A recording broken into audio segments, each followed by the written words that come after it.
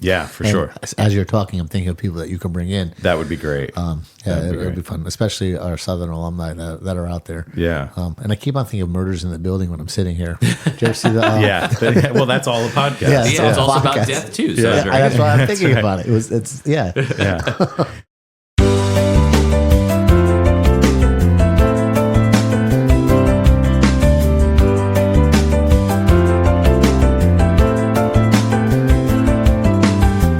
Hello, and welcome to the Sounds of Health podcast, the podcast that shines light on your path to improved physical, emotional, and financial well-being.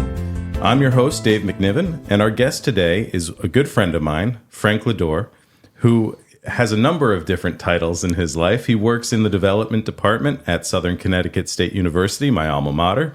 He was a professor of a public health course called Death, Dying, and Bereavement.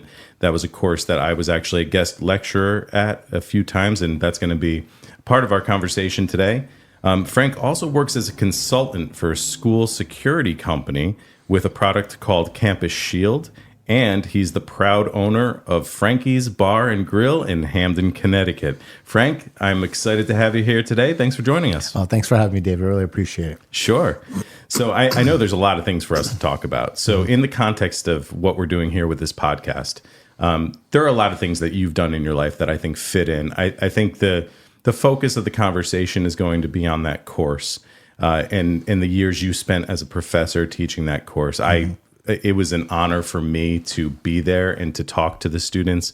I think I did it a few times in person, and then you kept it going during the pandemic as well. So The last time I was there, I was on Zoom, which was a really different experience.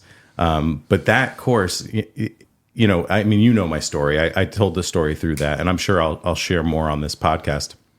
But it really gave me an opportunity to formalize my story around the people that I lost in my life, and so it was a really cathartic experience for me, and it was nice to kind of be in that kind of class and to share that experience. One of the things too is that you and I have known each other for a very long time. I've considered you family for many years. Right. We have lots of different connections, but one of the things that I've always noticed about you is you've always had that entrepreneurial spirit. I think you and I have crossed paths in many different ways over the years. We've worked on various projects together, toyed around with getting into business together a few times. So that was always really exciting to me. And also just the fact that in your role at Southern and in your life in general, I've always noticed that you put yourself out there more than most people in trying to help others.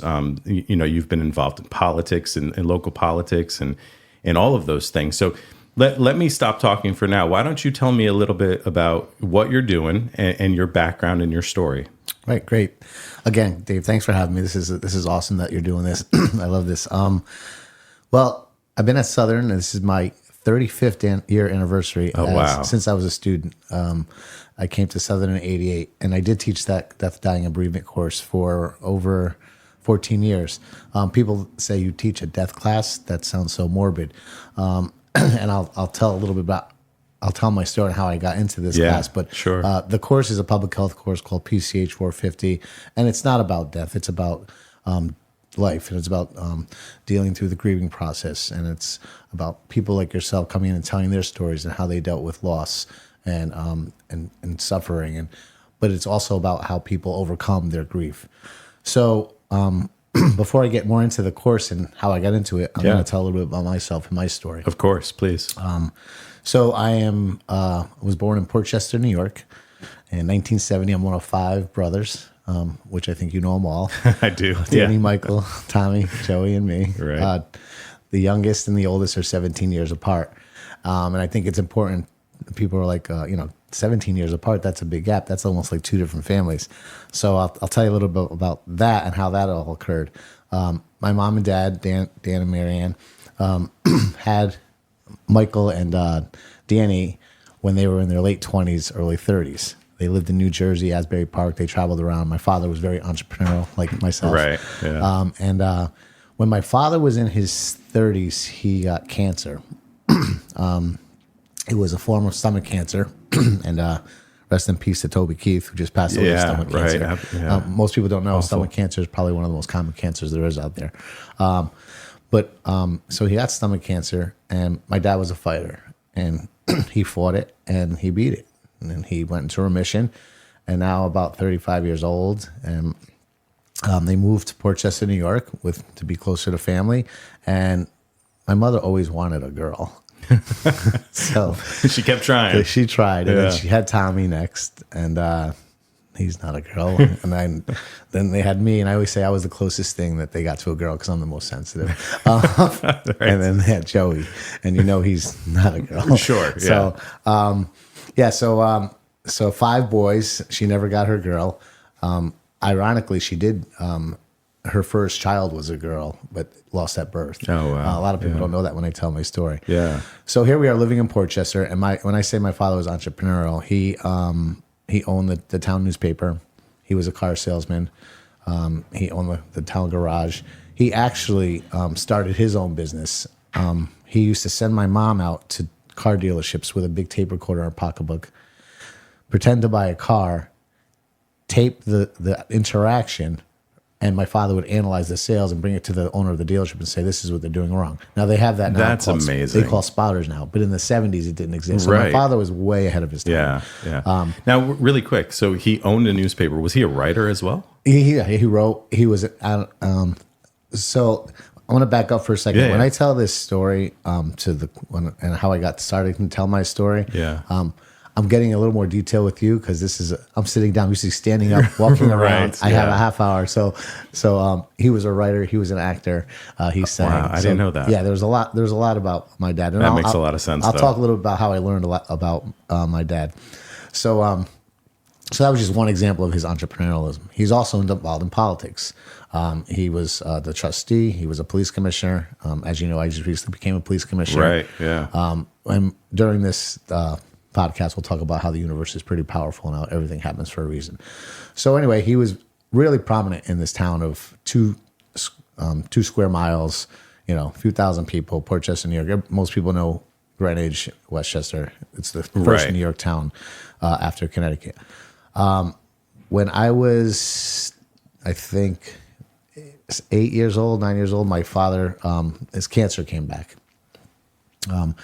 We used to live right behind a hospital. So we weren't really, he would go to the hospital a lot for treatments. We weren't really allowed to go in the hospital because we were too young. I would sneak in a lot. There's a story to that later. But he fought for 2 years. And I remember my mother used to say to me, she goes, every time he was coming home from school, she would say, go into the room, go talk to your father. Yeah. Because not really understanding he was dying. I didn't know that. I just thought he was sick. And I would go into his room after school, and he would be sitting there with a big yellow pad and a pencil, and he would just be writing things. And that was one of the memories that stick with me all the time. Don't remember what we talked about. Don't remember what his voice sounded like. Don't remember a lot, but I just remember those visions. So when I was 10 years old, my dad passed away, and it was a spectacle. So there was his newspaper, and there was a bigger Daily News in town. And the Daily News had the front page, LaDore dies. That's how well known he was. Yeah. They wanted to put a flag on his casket. I remember the line for the funeral cars, hundreds of cars. I also remember sitting in the funeral home with my brother Joey, kind of like people coming through saying, I'm sorry. And I'm like, why are they sorry? Do they, as a child. Yeah. You don't get that. Yeah, you don't understand why they're saying that. So it was sad, and I was sad, but it wasn't like, it was more of a spectacle and an event than it was someone dying. What was really sad was how hard it hit my mom. My mom loved him to death, and pardon the pun. Yeah. And she took it hard. Another thing I remember when he died was my mom would be sitting there with people around and start crying, and I would come up and try to console her because I was the sensitive one. I wanted to console her. And aunts and uncles would try to push me away because they said, if you go up to her, she's not going to cry. You know how hard that is for a 10-year-old where you're trying to console your mom and people are pushing you away. So she had a tough time of it. So here she is.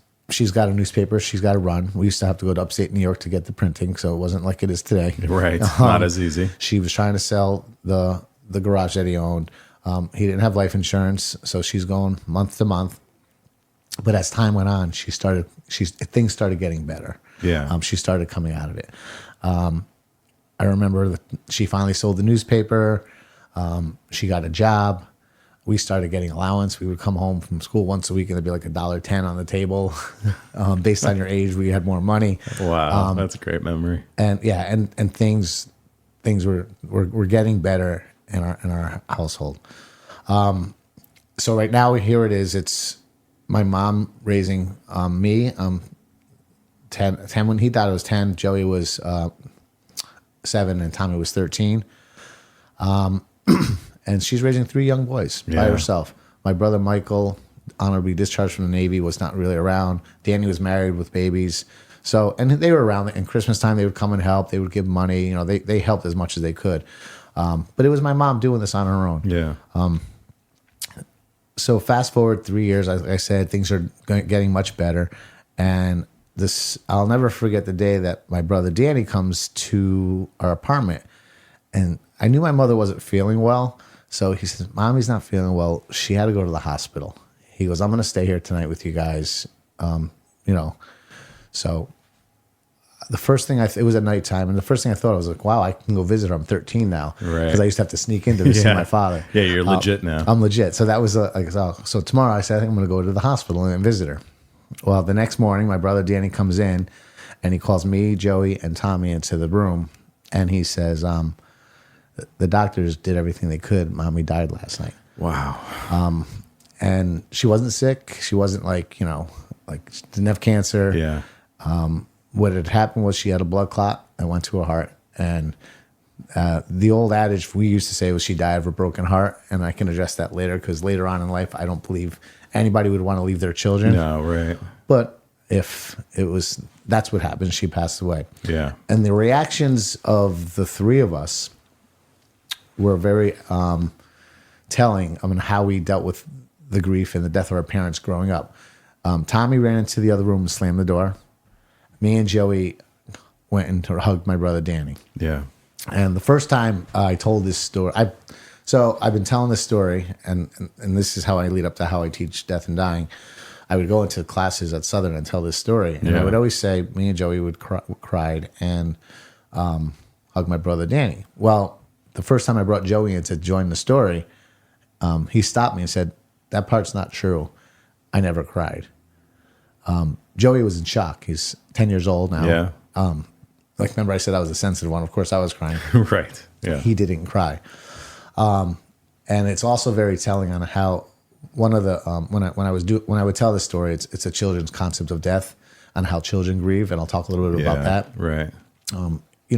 You hear about the 5 stages of death: denial, anger, and you go through all these steps. It doesn't exist. There's not 5 set stages, but part of that is denial and shock, and that's where Joey was, and how he grieved going older. He would walk in his sleep. He would. Yeah. I peed my bed. Like all the symptoms that you hear. Yeah. Sure. Yeah. So here we are. Joey's 10, 13. Tommy's 7, 16, and basically orphans. Everybody's like, well, who's going to take who? And my aunts and uncles are like, well, I could take Tom. I could take one. I could take Joey. Who wants to inherit 3 teenagers, right? And Danny says, no, my brother Danny at the time, he was 26 years old. He had a 2-year-old and a newborn, married to his wife. And he said, I'm not separating them. I'll take them all. That's amazing. Yeah. So imagine yourself. And when I speak to my class, some of these folks are 23, 24, 25.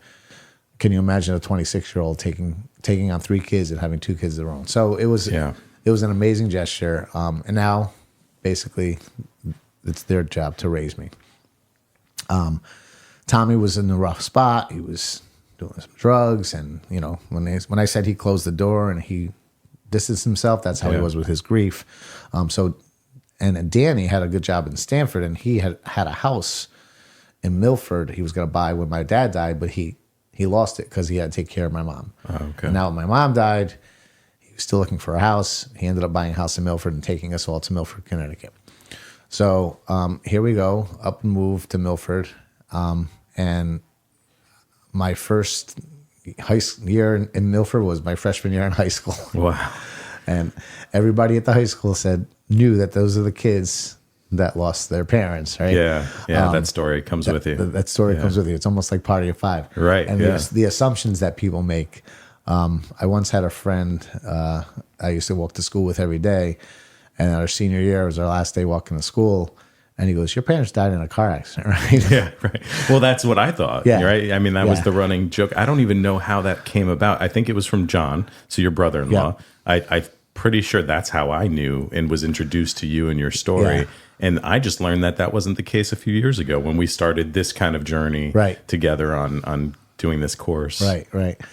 So, I mean, here we are, like young boys, basically going through, and we don't know we're grieving. And just to back up for a second, it was in the 80s. There was no GoFundMe's. Right. There was no Oprah Winfrey. The whole experience is completely different than it is these days. I mean, they raised some money for us.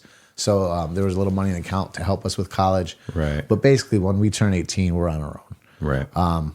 I talked a little bit about how Tommy was distant. He started coming out of it. He was still in trouble in school, so he got his GED. I go through high school. Joey follows me to the high school, and we're like the kids with no parents. Like, there's a label on you. So, and me being the guy that likes to make jokes, I used to make jokes about it. And when I taught my class, I would make jokes about it. Yeah. So I go through the high school process, and I'm at 18, and I have to go to school. I applied to 2 schools. I applied to a Division III school because I wanted to play football, maybe, and then I applied to Southern. I couldn't go and afford a private school. Right. I was bartending in Milford, so Southern was my choice. And then my brother Joey followed me to Southern a few years later. One of my first experiences at Southern with Greif and this class that I was teaching was a lady named Rose Catella, who came to Neff Hall. They used to do programs in the residence halls. You remember? I do. Yeah. And she did a program on death and dying. And I went up to her afterwards and I spoke to her and I said I lost my parents at a young age, this and that. And we had a nice conversation. We talked about it. And then she had said, maybe you can come speak to my class one day. Yeah.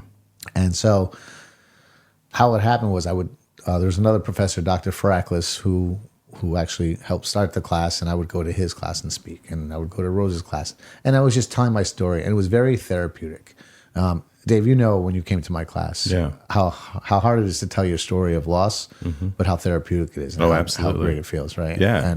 And by the way, you were awesome in my class. Thanks, I appreciate that. It was great. I was also in attendance for a number of the people you had there, so I got to see a few different stories and how everybody's story was different, how they approached it differently. Yeah. And that was one of the best experiences for me, was just seeing how everyone was dealing with this grief, this profound grief that they were experiencing in their life in different ways, but there were so many things that were similar. Right. Yeah. Well, that's a nice segue into how I actually started to teach the class.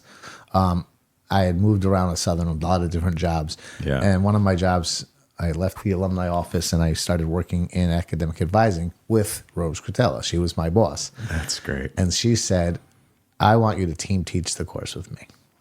So I said, great, that'd be awesome. I would get that experience to be a teacher, a professor. And I'll never forget the first day because people loved her class. She was just an amazing professor on this topic.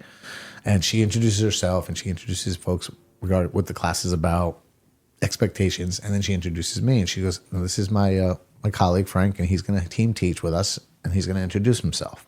So I come up and I say, when she dies, I'm taking over. Of course you do. And the whole class went.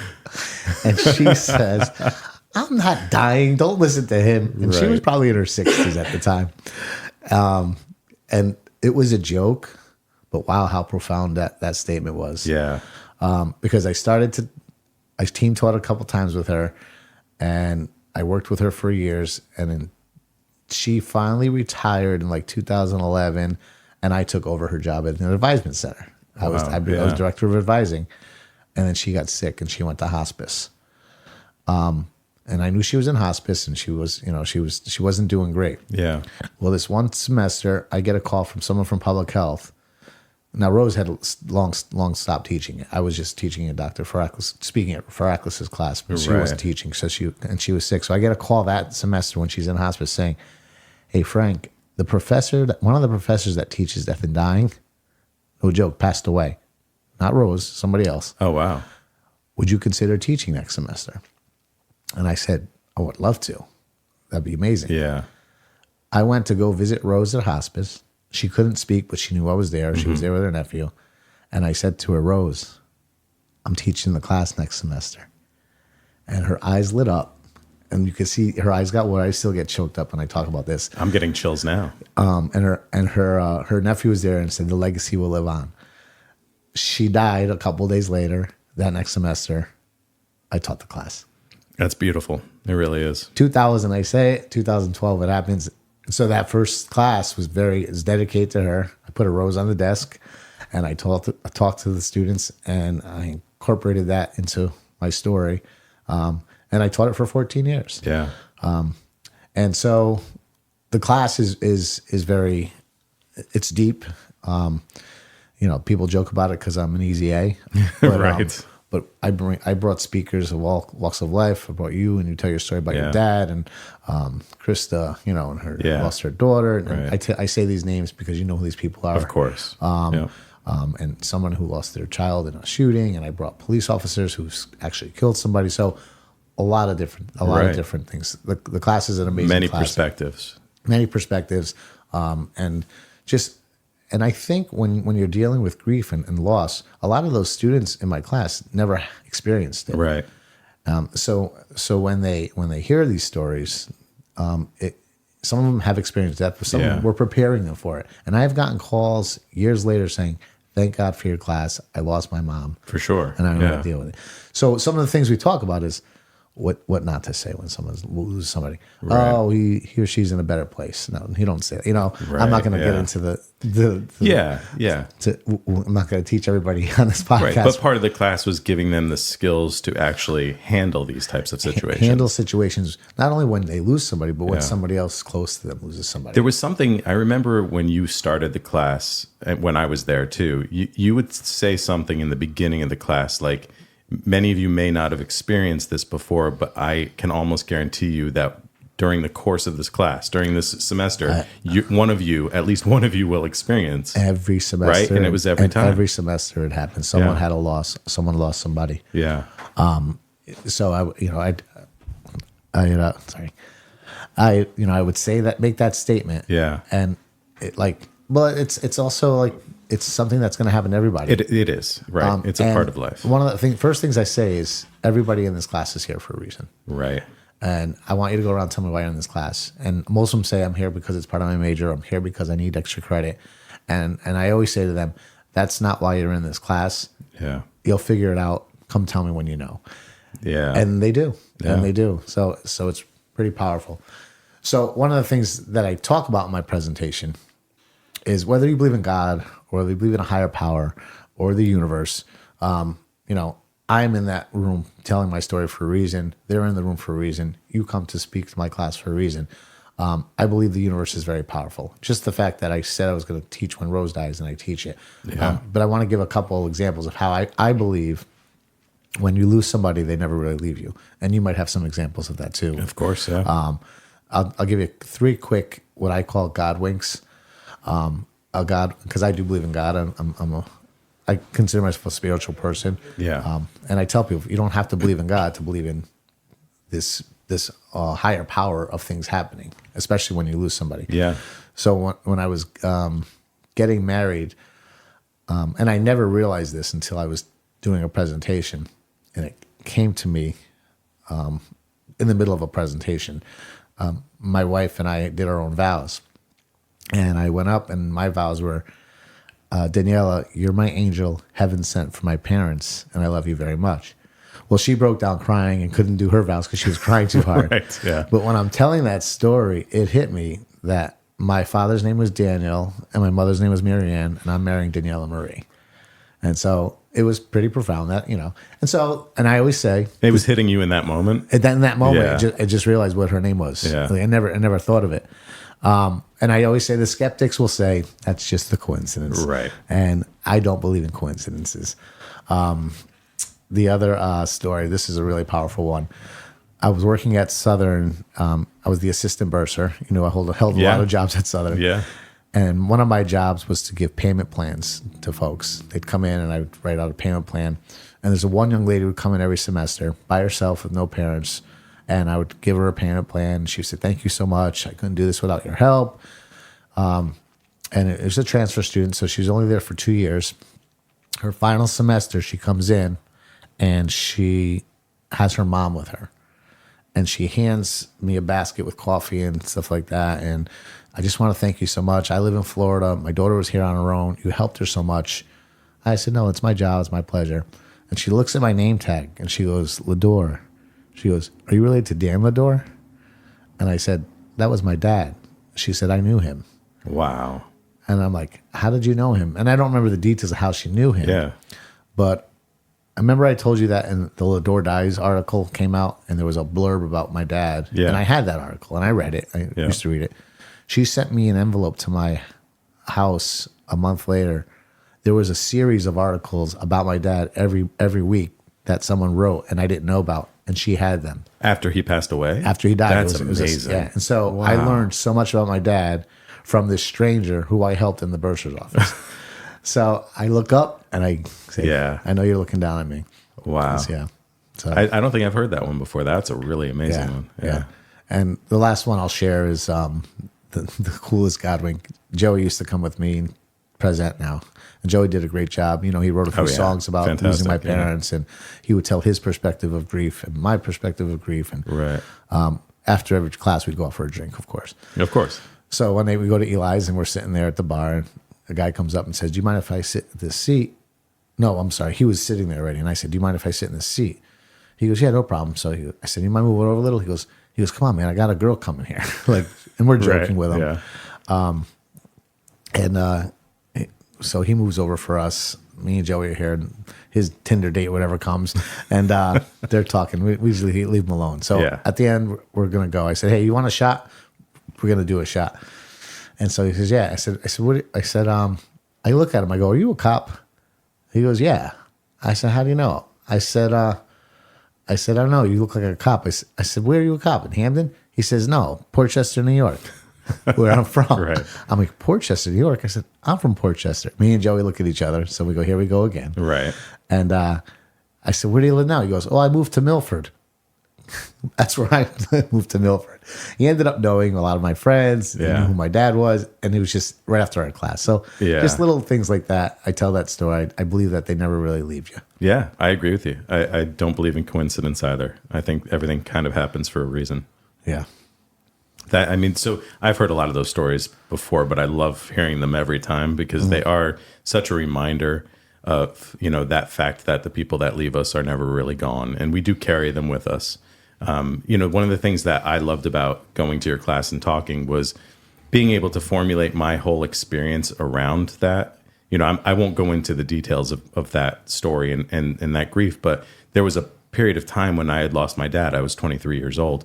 And over the course of a few years, I lost a lot of people. And it seemed like there was this heavy, dark cloud that was hanging over my family for a little while. And one of the ways that I coped was in writing and through the arts. And so I know that you and Joey have done that with the music and, I think teaching as well as an art form. So it's one way that you've done it. During my time at Southern, had written a play called Heroes Never Die. And Jason, our producer, was cast in it. So Jason was the lead in that play. He was basically playing the character that was based on me. Wow. And then now years later, we've reconnected and he's a part of this podcast and we're working together. I should have taken it further. I should have picked up on your mannerisms and did a good Dave impression. Well, it's never too late. Maybe we'll revive it someday. But those are the types of things, right? And when I was in your class and going to listen to the other speakers, some of those stories were just heart-wrenching, but it was amazing and uplifting to see what people were doing. And many of them were motivated by their loss. and we're doing things to make the world a better place. So that's something I think too is, we can let these things overwhelm us and destroy us, or we can use them to do more. Right. And I just want to read something to you. Yeah. Which hits home. And this is how I start off. When I started my presentations, it's a small presentation at school, but in a classroom. Well, I started to do bigger ones and inviting more people. And I started off by saying, grief is a series of responses that happen in order for you to form a new and integrated identity as someone who has lost someone you love. Death implodes your life, but grief puts it back together. Grief is good. So, and that's what I want to. That's what I want to kind of hit home to people. It's so hard to lose someone. Yeah. And there are people that's like, and I get calls. I still to this day, Facebook messages, calls. Can you talk to me about it? I'm not a licensed. I do have a master's in counseling, but I'm not a licensed grief counselor. Right. I thought about going to get that.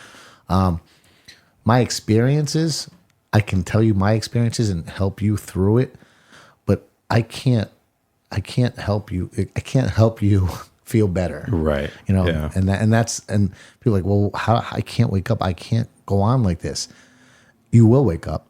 You will go on like this. You have to. Right. You have kids, say, or Yeah. I mentioned Krista Duran earlier, who lost a 5-year-old to an awful brain cancer. Yeah. It destroyed her, but she wakes up and she went on and she did what you said she did. She found a purpose and she started blogging. She's amazing. And when she comes to my class and speaks, she changes people's lives on I agree. on their grief. So there is, I don't teach the class and tell the story for people to feel sorry for me. If my parents don't die at a young age, I'm not the person I am today. Yeah. I'm not at Southern. For sure. I don't meet Daniela. I don't have these beautiful kids. I believe it's a series of things that are supposed to happen. Right. So if I can say anything to your listeners, especially those who have lost somebody, it sucks. Yeah. And I'm not gonna come up to you at the wake and say you're gonna be okay, because you're not gonna be okay. Right. Yeah. But you're gonna get better. Yeah. And how that is, I don't have a magic pill to release. And people think, well, call Frank. He's been through it. I can't. Right. All I can do is listen. Yeah. Tell you how I did it, and then hopefully, you will get better. Yeah, you will. I personally think that it never goes away. That pain will always be with you.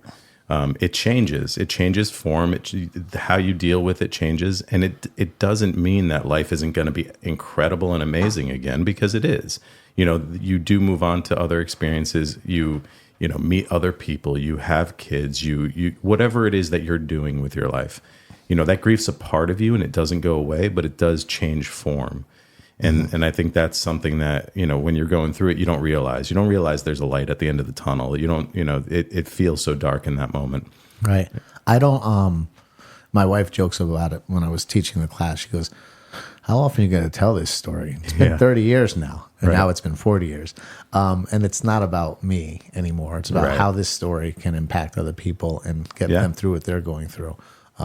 But like for me, I don't think I've cried about my parents in a while. Like there were times where I'd watch a movie and I would get upset and emotional. Sure. But I do talk to them. Yeah. Probably every other day, every day, watch over me. Yep. And I find myself, well, as we get older, Dave, more and more people, we're losing more and more people. Yeah, it happens. And so I started talking to my Uncle Frank and Joe Rossi and people that I've lost that I'm like, well, my parents aren't the only ones up there. And that's what I do believe that. I believe, some people believe that they're gone forever. I speak to them. A few times I've had mediums come to my class. Yeah. That's some powerful stuff. Again, skeptics don't believe it. They think it's all coincidence, but anything to help these people get through it is what I want to do. Yeah. And I don't think you're done telling the story. So that's my opinion. I don't think I'm done telling my story. I think it's a big part of who we are. I think that one of the biggest things for people is to know that they're not alone, that there are other people. Everybody's going to experience it differently. Every situation is going to be unique, but to know that other people are also going through it. Right. It's important. And to your point, I brought Joey in to help me with my story, and it made the story much broader because I had another perspective. Yeah. One of my goals would be to bring all my brothers in and get their sides to the story. Yeah. Because they all grieved. Right. You know, I don't think my brother Tommy ever cried until like a few years ago, you know. And he went through it totally different. Well, I might need to buy more microphones because that would make a good podcast episode. It's like have the entire we could family call on. it Party of Five. Exactly, the LaDore Party of Five. That actually is a great idea. We'll make that happen. Yeah, we'll make that happen. We'll bring Michael in. That would be great. So really, you think about it. I lost my parents at such a young age, and at the time, I didn't have grandparents. I lost all my grandparents. Yeah, I lost an uncle. Yeah. You're good. Yeah. So, but one of the things is we're like, so my mother was 48. My father was 48 and 49. I forget the numbers. Yeah. One was 47. One was 49 when they died. Yeah. So when we all beat that number, we celebrated. Yeah. You know, when Danny made 50, we're like, all right, we can do it. So now we're all 50. Yeah. But you think about like, and you know, my wife used to say, I married somebody with no parents. Is he going to die young? Right. My kids ask questions about it, and it's one of those things where like it's on the back of your mind. The closest we've had is my brother Michael had aneurysm. He still has him in his head. He almost died. He's 63. Mm-hmm. You know, he's still suffering through some of them, but he's living life. Yeah. Right. So you always think about that for your own mortalities. Like, maybe it skips a generation. I don't know. I don't know. I think there is something when you lose someone too. I know immediately following the loss of my father, like every little thing you think, oh, this is it. I'm dying or someone's dying. Right. You know, it was always a possibility. Whereas before that, it wasn't, you know, so now, and my dad was 59 when he died. That's, you know, young in today's terms. So I always think about that too. You know, you kind of measure yourself against that age. I'm a ways away from that, but it's always there in my head. And I remember when Joey hit that age too, and it was a celebration. So it's amazing. It's really amazing how it does continue, and we're always constantly thinking about it. Yeah. I mean, we talked about the class earlier. I don't teach the class now. What happened was after COVID, they cut down a lot of sections, low enrollment. So actually one of the professors that taught the class, his name's escaped me. He actually created the class in the 70s. He taught Kubler-Ross at Southern. Oh, wow. Kubler-Ross was a Yale grad. You know, Kubler-Ross, who wrote the book, The Stages of Death. Yeah. She actually took his class because she was a student at Yale, and she came to Southern. So he was teaching it. So obviously I'm going to get bumped over him. Yeah. So I haven't taught it in a few years. And as you know, I'm busy anyway, so I probably couldn't. Just a little bit. Yeah, you've got some things on your plate. But I am thinking about doing workshops, like a 6-week workshop where I could bring in you and somebody else. And because I think people got a lot out of the class. I think so too. And I think it's something that's valuable. Yeah. So there's more to come in the grief world for Frank LaDore. We'll see. Great. And hopefully talking about it and not experiencing it. I'm going to experience it again. We all will it again. Yeah, of course. So, all right. So, I mean, you and I can talk about this topic forever, but for the sake of time, I do want to get to some of the other things that you're doing as well, because I think it ties into the podcast and all of those things. So you're working in development at Southern Connecticut State University. Yep. So tell me a little bit about that. I have a background in development, as you know. Yep. I worked for a few nonprofits and then for Yale University for a while. And when you got that job, when you went into that job, I'm like, oh wow, that's perfect for Frank.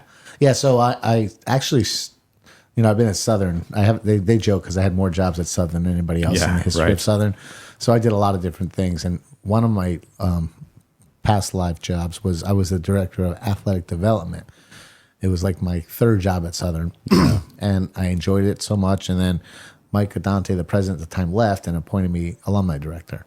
So I have development experience. I was a little green at the alumni director job. That's why I ended up moving over to advising and doing the student stuff. Right. But you know me, I'm a networker. I'm a people person. Natural. And so after 10 to 15 years of doing advising and transfer services, which I don't think I ran into, I think you just missed me, Jason. Yeah, I came in 2018, I think it was. That's when I jumped in. Yeah, and I think I started in 19 with this new job. I said I wanted to go back to development.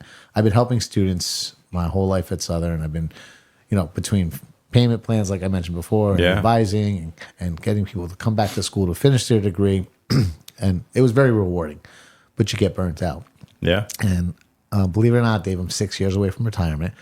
That's and unbelievable. So I wanted to end my career going back to development, raising money, helping students on the back end, engaging with alumni, which both of you are alumni, so you will be hearing from me again. Oh boy. No, I'm not even going to ask you for money. I would love for you guys to come and talk about this to students. So I will tell you, I mean, Southern changed my life. It wasn't my first choice. It wasn't the first college I went to. Mm-hmm. I came back to it, and I didn't get into theater until Southern. And that theater department, my experience there was absolutely incredible. I didn't even know things like that existed. And what I went through there and what I learned through that program, right. I mean, it set me up for the rest of my life. Yeah, yeah. So I said to myself, what better way to help students? Not just to raise money. It's not, development's not just about fundraising. Yeah. It's fundraising. Excuse me. And so I have people come on campus and talk. I give tours to our alumni and bring them back. And I'm like, wow, this is amazing. What can I do to help? Even if it's $1,000 check, or even if it's coming to speak to our students. I'll tell you a quick funny story. This is one of my favorite development stories. Yeah. I make cold calls. I have no problem calling people. And we did an article about, on an individual. And Jason, you're probably going to know the individual's name. His name is Anthony Fontano.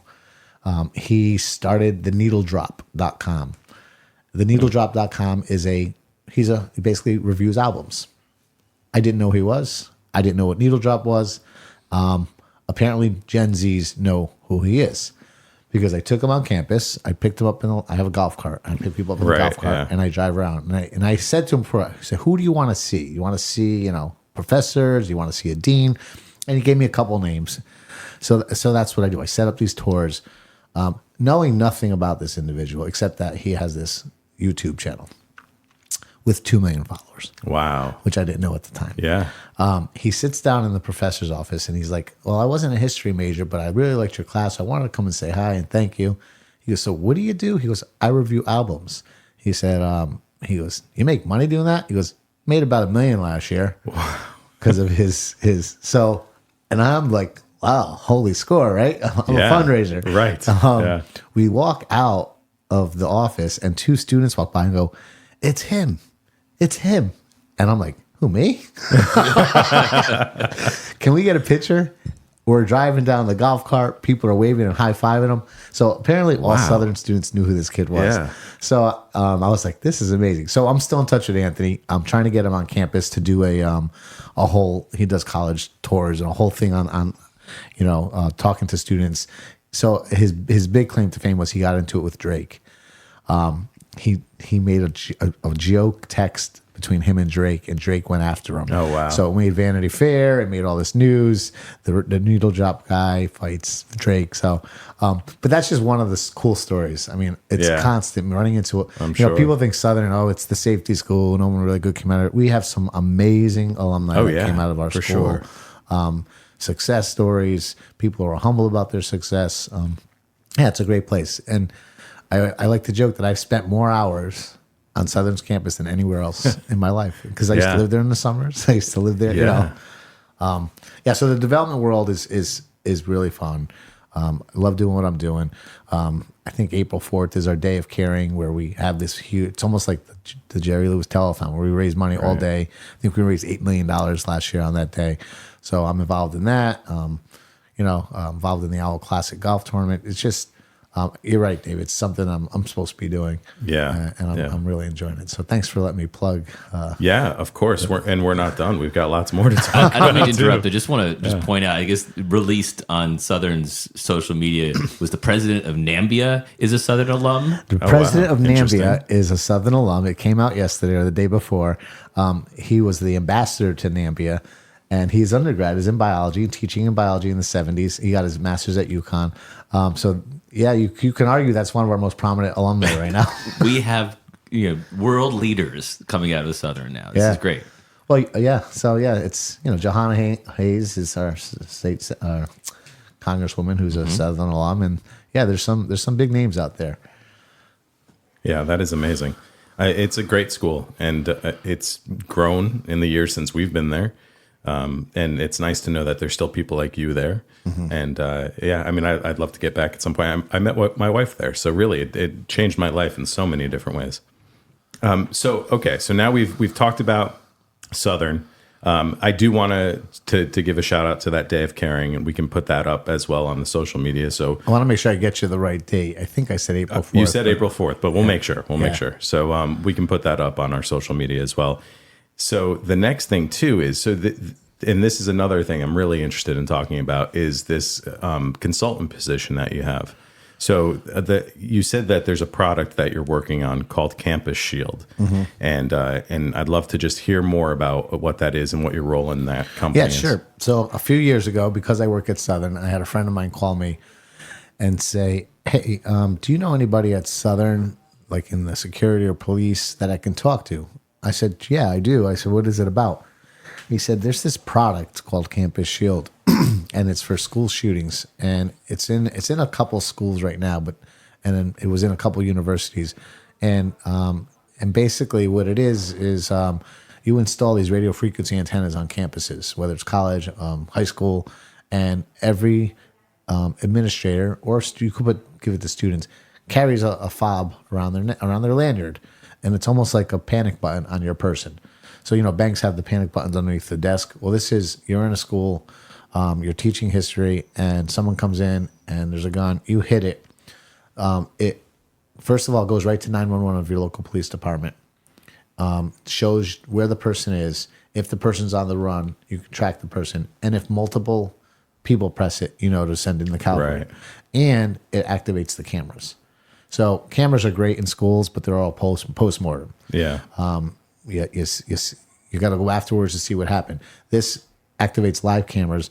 So, in some of these school shootings, the biggest problem was speed of response. Of course. And all these people died because of speed of response. This is instant 2-second speed of response. So when my friend told me about this product and I watched the news article about it, I'm like, yeah, I can get you in touch with someone from Southern, but I can do a little better than that. I said, I'm really interested in getting involved. They said, I'm involved in politics. I know a lot of mayors. I know a lot of police chiefs. Let's talk. And so I met the owner of the company. We hit it off. And so when I say I'm a consultant, I don't work full time for them, but I basically get them meetings. I get them in front of people to sell this product. Yeah. We went to one town, and I had a meeting with a mayor who I was very good friends with. And he says, "You know what? I like this a lot." He goes, "I want to pilot in my town hall." I said, "What?" He goes, "Yeah, people are coming to pay taxes. They're angry. They're mad. I want my employees in the town hall to be safe." We installed it in the town hall of this town. I don't want to say it right now, but yeah, that's fine. And it works, and it just makes the employees feel safe. Knock on wood. How do you measure this? You don't want to ever have to use it, right? But it's not just for shootings. Someone has a heart attack, you press it. You remember the commercials? I fall and I can't get up. Yeah, sure. It's basically that. Yeah. But the technology is much better, and it's all radio frequency. There's a ton of companies out there, a ton of apps, Wi-Fi. These school buildings don't have any Wi-Fi. They don't have any service. Police and fire and army, what do they use? Radio frequency. So this company uses radio frequency. So, again, it's not something I put hundreds of hours in, but I am working with them to try to get this out. They want to break through in Connecticut. They have a few things in Mass, a few in New York. And so it's another little side hustle. And it all goes back to helping. Yeah. Right? And the mental health issues we have in our society, it's awful. So if we can, anything we can help to alleviate that. And one example that this product was used was a girl at a high school was being bullied. They don't want to give it to students because of all the false alarms. They want to give it to faculty and staff, but they gave it to one student. They got the parents' permission, and the student had it. And if she was going to get bullied, she would press it. Oh, wow. And it doesn't have to go to 911. It can go to the office. Yeah. So a lot of uses for the product where we haven't broke through yet. We have a couple of things lined up. And Dave, you know me, I have a couple side hustles. Yeah, just a few. My wife always says, you should be a millionaire, but you're not. But I said I have $1 million kids. Right. Yeah, exactly. So, it's something that I'm pretty passionate about. Yeah. And, the president of the company and a couple of consultants we brought on are amazing people. And if nothing else, I made friends for life. Yeah. And I think that's amazing. I mean, that here in Connecticut, we've been impacted by this, and it's such an important issue that we've been facing in this country for so long. You and I have talked about it a number of times. Right. And we know people. We know people that have been affected by these horrible school shootings. And to have solutions out there, It's incredibly important. I'm glad that there are people thinking up these solutions, and especially something like that can really be used as a deterrent for it as well. Yeah. Because if people know that this is what they're going to have to deal with, then it's going to hopefully help to stop them from committing these crimes. And so it's a really important issue, and I think it fits in with who you are and what you do as well. Yeah, and the connection between Southern is funny because we have a reflection garden at Southern, honoring the teachers, alumni that died at Sandy Hook, and one of the teachers that passed, I actually met and not advised her. She came into my office for some assistance on something. So it's weird how the universe works again. For sure, And so that reflection garden, I drive by and I think about it. I'm like, this is why I want to do what I want to do. Yeah. It's pretty powerful stuff. It definitely is. It definitely is. And it's funny because it does tie in with the fact that, you get these opportunities because you're such a master networker. You're out there, you're talking to so many different people. And so all of these roles that you have, you're constantly connecting people, which I think is a really great thing. It's something that I try to do in my career and with my business as well. But it does bring you now to the fact that you own a bar, which again, so every time you get one of these positions or you have a new endeavor, I know your wife is like, oh my God, really, Frank, another one? You're not a millionaire yet. But for me, I'm like, oh, that's perfect for Frank. I know. But I don't know if any one of them really is as perfect as this latest. So it's so funny you say that because I've been thinking about it. And all, Dave, I've been involved in a lot of side hustles, a lot of projects. I think this is the one I might make some money on. Right, I hope so. It just so I don't know if you know this, but as you know, my parents died at a young age. Yeah. And when I was 15, 16, I needed a job. And a guy named Ellery Morrell, I was washing dishes at a restaurant for $3.37 an hour. And he said, you want to wash dishes in my restaurant? I said, yeah. He goes, it's $5 an hour, cash. He goes, I'll, but the only thing is you're going to be working until 3 a.m. It was a nightclub. Yeah. I'll bring you there and I'll bring you home. I used to babysit for his kids. Ask your brother. So I asked Danny if I could do it. Danny said yes. So I'd go into work with Ellery, the owner of the nightclub. He'd bring me home at 3 a.m. and I was making $5 an hour. That was when I was 16 years old. Once I turned 18, I was basically flipping bottles. I knew how to bartend. Yeah. So I said to myself, I'm going to go to Southern. I'm going to be a marketing major. I'm going to own my own bar. And it never happened. Right. Yeah. Until today. Yeah. Long story short, there's a facility down the street from my house called CFC Arena. You're aware of it. And it's a soccer arena, lacrosse, and there's a little bar and grill there. I've been bartending for the last 20 years at side hustles, and I bartended there, and the lady was selling the bar, and I had no intentions of buying it. So I brought a few people down to look at it that I know. Again, helping people network and saying, oh, you want this bar? And one of the individuals says, I'll buy it, you run it, 50-50 partner sweat equity. I'm like, all right, let's do it. And that's amazing. I sold Danielle on it. It wasn't a tough sell, but it was scary at first. Yeah, I'm sure. But now we're having fun, and she's in there with me, and we're working it, and it's, knock on wood, it's been steady. That's great. And it's been a lifelong dream of mine to own a bar. I think if I did it when I was 25, I'd probably be divorced right now. Right. Yeah. It's not an easy thing. No. Yeah. And I think if the bar was in like Milford or Stratford, I'd probably be divorced right now. But it's 0.3 of a mile down from my house. I walk there. Not when I'm working at Southern, folks. Of course. I'm keeping it separated. I don't even post on Facebook during the day. Yeah, of course. But it is a side hustle. It's more work than I expected, but I'm having a blast. Yeah. And it's called Frankie's Bar and Grill. Frankie's Bar and Grill in 1018 Hamden, Sherman Avenue. All right. And so that's, funny because all the connections, I used to work there in high school, at CFC. With my brother-in-law. With Johnny. And used to grill food on those same grills. When that bar kind of formalized there, Marcia, my wife, had my 40th birthday party there. Yep. So that place has a lot of history to us, and to have you there as part of the ownership and running the place, I think it's a great space too. So really hoping to be there and do some events there maybe. I have a couple of ideas actually for maybe some fundraisers that can bring people through the doors as well. Dave, maybe we can do a remote podcast there. We can totally do a remote podcast. That would be amazing. Yeah, that would be a lot of fun. Yeah. And you get lots of athletes through that place because it's an athletic complex. Just this past Sunday, I was there, and Gilly and Ossie, I only give their last names, are 1990 Southern All-Americans, soccer players were there, and I got a picture with them behind my bar. Oh, that's great. I have current Southern students who just graduated that play there now. So there's a lot of connections with Southern. Yeah. And you talk about the connections of Sherman Avenue, where Johnny basically built that place and you helped build that place. Yeah. Matt, fast forward 30 years and me and Daniela are in there working it. Yeah, right. It's crazy wild. how everything happens. And It definitely is. Yeah. It's amazing. But that's part of it goes back to that whole no coincidences thing, right? Right. This path, when you look back at it, there's just so many connections there that you're like, oh, this makes sense. Yeah. Yeah. Makes perfect sense. Yeah. That's great. So there's a lot that you do, obviously. And you have 3 kids, and that's always not easy as well. How do you balance it all? Like, so one of the things I want to do too is just share people's how they find balance in their life, what they're doing that's hopefully keeping them healthy. Can you speak a little bit about how you're handling and managing everything? Yeah, it's not easy, but I'm a hyper person, so Yeah, right. A lot of energy. I will confess, and I did listen to a part of your podcast, your first episode podcast, and I started to feel guilty because I don't exercise as much as Mr. McKeon does, or as much as I should. Sure, I am finding that working the bar, I'm getting a lot more steps in.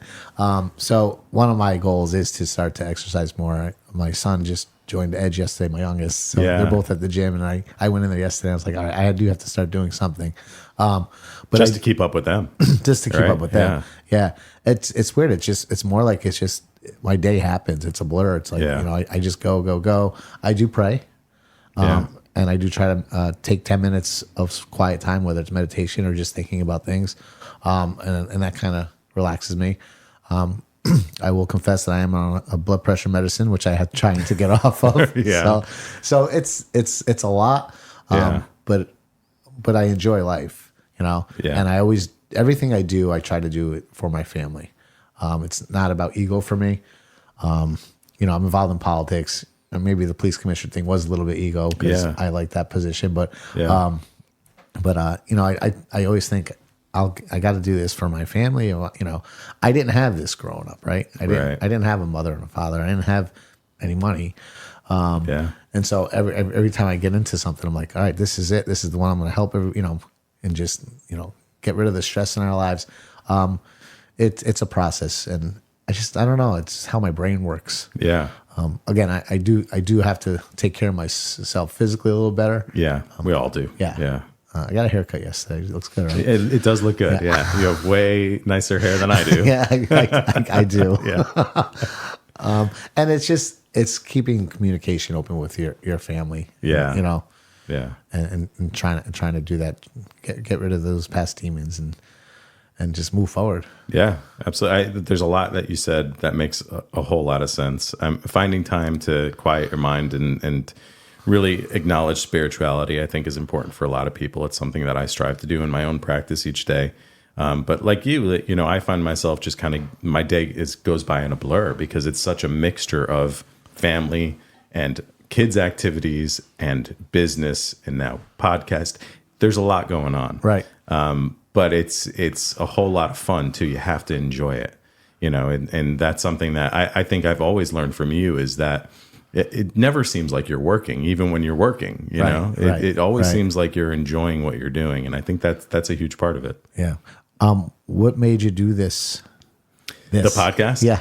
Well, I mean, as you know, so I have the background in acting and in the arts, and now here I find myself as the owner of a insurance agency, which, when I look back at it, I can see the connective tissue there and tell the story, but not something I ever expected. I think I mentioned on the last episode, I absolutely love where I'm at and what I do, but I wanted to find ways to connect more with people. And I'm out there in the community networking a lot, and I'm learning about all of these businesses and entrepreneurs and people that are creating these products or companies that help people to live healthier. And it aligns with what we do as an insurance company, as an insurance agency, is we connect people with insurance companies so that they also can have the protection they need, from financial catastrophe. and to hopefully have the resources they need to live a healthier life. So I felt like it really fit all together. And when Jason and I reconnected, it just seemed like such a opportunity to do something a little more creative around the business. And so I'm really excited about it. I'm excited to have these conversations with people and to learn more, to go deeper into relationships with people that have these resources. That's great. Yeah. That's great. I think the conversation you had with David, you and I, was, Jason, what do you know about podcasting? And I said, too much. Yeah, right. That's and it's exactly kind of like an was. obsession. Like once you get involved with podcasting, you know, you start listening to other podcasts and how they do their podcast, and yeah, it becomes its own entity in itself. But I think you made a great point, Dave, about community and how this podcast really is going to bring our communities closer together. Yeah. And showcase, you know, everything that we have to offer. And I think Southern, as a university, for example, is a community university. You know, more so than any in the area here. You know, I, on my day-to-day basis, and my other jobs that I do, my gig life, you know, I meet alum and just embrace the fact that the culture of Southern is the New Haven, you know, county area. You know? Right. Yeah, absolutely. Awesome. That's great. Yeah. You have a radio voice too. Oh, I do. He's an actor as well. I'm an actor. He's trained. Yeah, I have my SAG card. So yeah.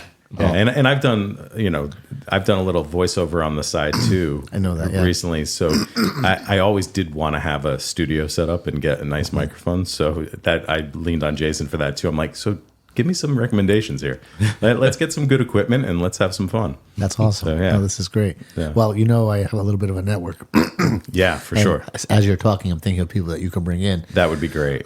It would be fun, especially our Southern alumni that are out there. Yeah. And I keep on thinking of Murders in the Building when I'm sitting here. Did you ever see the? Yeah. Well, that's all a podcast. Yeah, Yeah, it's also about death too. So Yeah. That's why I'm thinking about it. Yeah. Yeah, it's so fun. And I always think too about all of the shows. I think when I presented to your class, I always had a list of like, here's things that I like that I think deal with grief, you know, and it was, you know, TV shows and books and things like that. So maybe even trying to go after certain creators or writers to talk about what their process is. That is also in the back of my head as well. That's great. Yeah. Awesome. Yeah. And we have some upcoming guests too, which I think we're really excited about in so many different areas. So hopefully people will start to like and listen and subscribe to the podcast, and we'll get a nice following going. And this will be Facebook, Instagram, TikTok. We're live on Facebook, Instagram, and X. You set that one up, huh? No. And you can find us on LinkedIn and. So yeah, we're all over the place. We're going to try and get the word out as much as possible. Well, that's good. I'll help you spread it. Thanks. I really appreciate that. So we're getting to the point where we're going to start to wrap up a little bit. But is there anything else that you wanted to promote or talk about? You know, I actually think too that the idea of having your brothers on eventually is a really good idea. But at the very least, would love to have you back at some point because I think there's a lot more that we can talk about. But before you leave today, is there anything else you wanted to talk about or promote? No, I really appreciate the opportunity to just tell my story and talk about my life. And it's always fun to talk about yourself, right? Right. Love the idea of coming into the bar and doing something. And, you know, it is a place full of athletes, and so it kind of goes through the sounds of health. May be able to get a couple semi-celebrities in there to talk to you. That would be great. Like in the soccer world. You know, one of them, Mike Pecky. Yeah.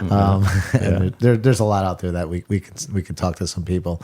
But I think you let me promote my my two big side hustles, so I appreciate that. Of course. And most importantly, you know, my job and my goal in helping Southern students. So if you know, if anybody wants to get involved, if anyone wants a tour of campus, you can put my information up there. I'm always looking to bring Southern alumni back to campus, and I don't know if you did the tour of the HHS building. And every single time I walk on campus, there's a new big building. Yeah. A new big, beautiful building. The new School of Business has a ticker outside. Yeah. And Bloomberg Terminal's inside. Our students learn how to trade. So it's just blowing up. So my job now is I call myself a really overpaid tour guide. But that leads to you all coming back on campus, talking to our students, getting involved, sometimes writing a check. And it's very rewarding. One of one of my biggest fundraisers I ever did was thanks to Dave, because he worked for Michael J. Fox Foundation, and I ran the New York City Marathon with the Michael J. Fox bib on. Yeah, that's right. I forgot about that. I haven't run a marathon in a long time. So maybe I'll start up again. I'll go listen to McKean's I'm doing podcast. a quarter marathon in a couple months. Are you? Yeah, in West Hartford. I'm doing the half in September. Yeah. Let's do it. Yeah, it's been a while for me too. I did the half marathon for the Hole in the Wall Gang Camp when I was working there in New York a while ago, and did some Ragnar relay races. Those are tough. Those are so much fun, but it's a lot of coordination. You need a lot of people to participate with you. But for me, I'm just getting back into it now. So, well, maybe the reason why I'm here is to start running again. I don't know. Yeah, maybe. Well, I mean, you're at an athletic facility. You're promoting a bar. So doing shots. Yeah, exactly. So maybe to find some balance, we can start running again. Well, it's funny. I'll tell you a funny story. My wife was very nervous because I like my drink every now and again. Sure. Yeah. And she's like, don't become one of those bar owners, alcoholic bar owners. So we woke up on Sunday morning, and I was fine because when I'm working, I don't really drink. Yeah. And she was hungover. She goes, I'm more worried about me now. You know what's funny is I've started to actually come around to some of these non-alcoholic options that are out there now. Athletic brewing is delicious. Athletic is fantastic. Yeah. There's a number of certain things. Hop tea I really enjoy.